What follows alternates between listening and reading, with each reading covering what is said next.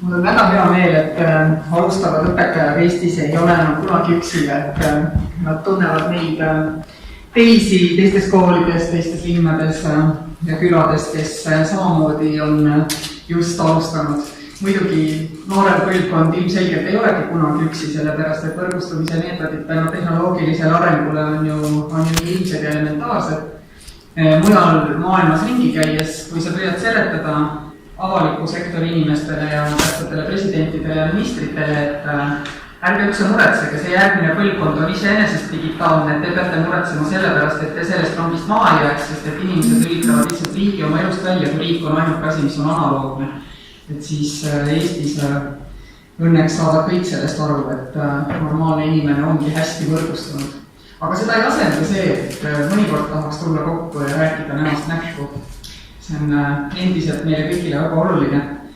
Ja milles ma näen selle alustava õpetaja võrgustiku nagu kõige suuremat väärtust ongi see, et me teame, et iga algus on raske ja seda ei pea läbima üksinda, seda keerulist algust. Et alguses on ikka selline tunne, et sa oled jänes, kes on sattunud algusvihku ja sa ei tea, kuidas sealt hästi välja saada. Et see tegelikult hajub, see tunne. Ja ma loodan, et need, kes nüüd praegu moodustavad selle võrgustiku tuumiku ja hakkavad minema kooli, nüüd tänavu, et siis, kui tulevad järgmisel aastal jälle uued alustavad õpetajad, et te siis oskate olla toeks ka neile ja niimoodi me saame tagada selle, et mitte keegi ei tunne ennast nagu jänest algusvihus. Või kui tunneb, siis teab, et see tunne on jõuludeks kadunud hiljemalt järgmiseks kevadeks. See on äärmiselt oluline, et keegi seda ütleb, et see kaob ära, see läheb üle. See on normaalne, et sa ennast täna niimoodi tunne. Mis teeb õpetajatööd täna Eestis võib-olla natuke keeruliseks on see, et need, kes nüüd lähevad kooli, peavad järjest julgustama oma vanemaid kolleege leppima sellega, et tegelikult keegi ei tea, kas te õpetate tõepoolest neid asju, mida on tulevikus väga-väga vaja, või te õpetate inimestele asju sellepärast, et nad õpiksid, et põhimõtteliselt on võimalik midagi ära õppida. Ja seda kasutada, võimalik, et ka unustada. Ja et see ongi normaalne, et see jääbki niimoodi. Et mina olen kasutanud seda metafoori, et kui me teame, et 20. sajandil läks tõsiselt hapuks 2 leiutist, et need olid hobuvanker ja petrooleumlamp, siis see tehnoloogia, mida me täna kasutame, kindlasti 10 aasta pärast on kiviaegne. Et maailm on palju kiiremini muutuv, mis tähendab seda, et selle ajaga, mis lapsed koolis veedavad, suureks kasvavad, esimesse klassi tulevad ja siis gümnaasiumi ükskord lõpetavad, selle ajaga see, mis neid ümbritseb, on oluliselt erinev. See staatilisus on maailmast täiesti kadunud ja koos staatilisuse kadumisega on tegelikult kadunud ka pikaajaline planeerimine, nii nagu me seda tundnud oleme. Teeme 30-aastase arengukava ja siis elame selle järgi. See ei ole võimalik. Tänapäeval on vaja, et meil oleks hästi palju, hästi erinevaid mõtteid kogu aeg igas põlvkonnas ja mõni nendest mõtetest tõenäoliselt viib meid edasi, me tunneme ta ära siis, kui ümbritsev keskkond vajab just sellist mõtet.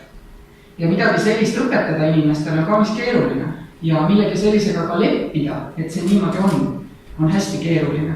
Aga hästi oluline on, et noored õpetajad, kes lähevad kooli, jõuaksid seda laadi sõnumitega noorteni.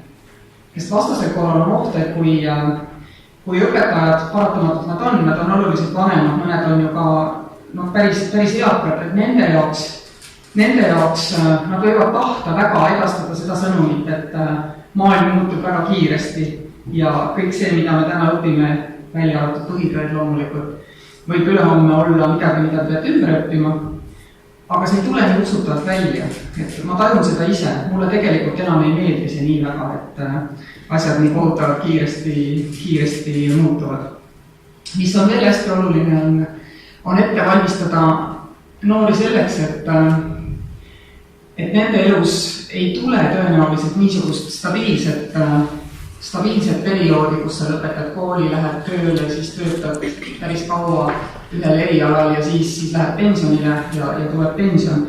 Et nende elu tuleb palju seiklusrikka, ka teie elu võib-olla kujuneb vägagi seiklusrikkaks. Ma tean, et ma ei peaks seda ütlema, aga ma arvan, et mitte kõik teist ei jää kooli kuni väga kõrge vanuseni ja ma loodan, et kõik teist tulevad aegalt tagasi, kui nad on ka ära läinud. et see ongi normaalne, et ma natuke olen mures sellepärast, et ma tihti kuulen ka Eesti tööandjatelt juttu sellest, et meil on vaja tammsaareliku tööeetikat arendada, et inimesed hoiaksid kauem kinni ühest töökohast ja püsiksid, et neile muidugi see meeldib, aga minu arvates on see natuke vale lähenemine, et jah, me peame õpetama tammsaarelikult seda, et kogu aeg tuleb edasi pürgida, kogu aeg tuleb seada endale eesmärke ja viia neid eesmärke ellu, aga me peame ütlema noortele ausalt ka seda, et me teame, nad ei kavatse elada nii nagu vanemad põlvkonnad, nad kavatsevad elada lõbusalt ja teisiti, nad kavatsevad teha tööd tõenäoliselt ainult nii palju, et võimaldada omale tore elu, aga kindlasti ei hakka nad tööd tegema nii nagu praegused 50-aastased.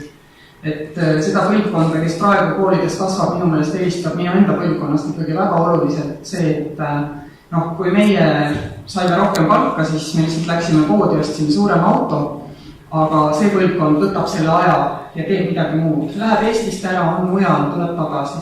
Ja hästi oluline on levitada seda mõttelaadi ka koolis, ka oma vanemate kolleegide hulgas, et see on väga tore, kui inimesed lähevad.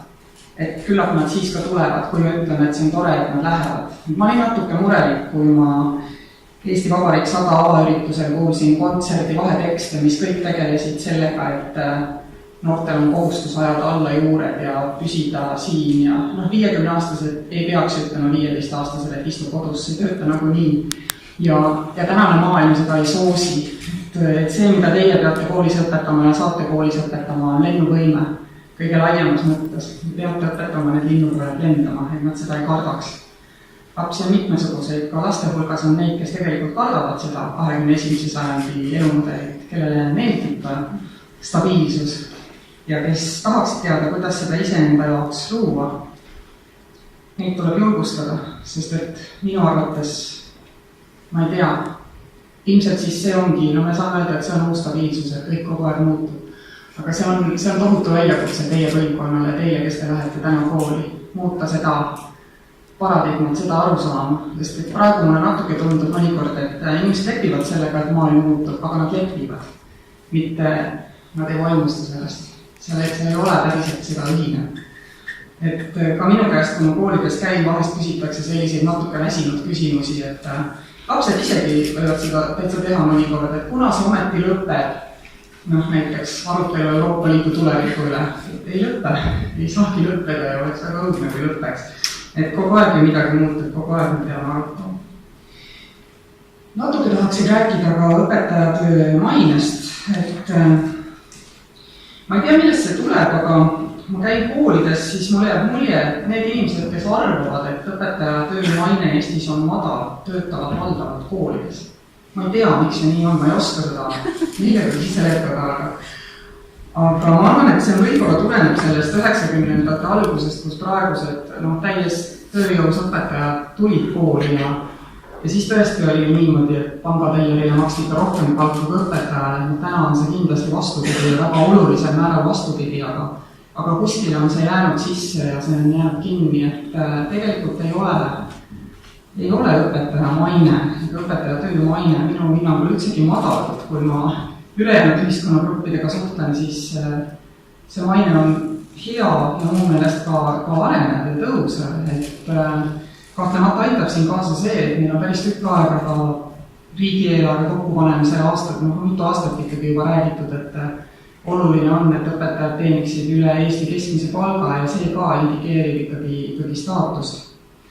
Ja mis mulle meeldib Eesti koolis, mis on eriti oluline teile võrreldes Lääne-Euroopa koolidega, meil ei ole sellist ajas arenevat karjääri ja palgamudelit. Mõnes mõttes tundub see juba halb, et kui ma olen 30 aastat koolis olnud, siis ma ei saa väga oluliselt rohkem palka. Aga Lääne-Euroopa õpetaja alustades väga paljudes riikides saab erakordselt miru palka, see noor õpetaja just.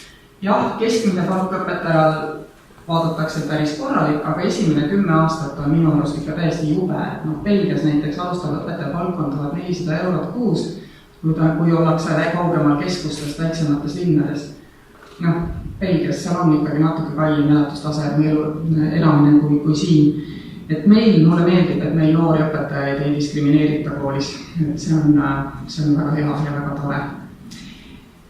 ma soovin teile palju jõudu ja ma arvan, et mõistlik on, kui me peame edasi seda arutelu diskussiooni, mitte loengu ja monoloogi vormis, sest siis ma tean, et ma räägin täpselt nende teemadel, mis teid ka huvitab.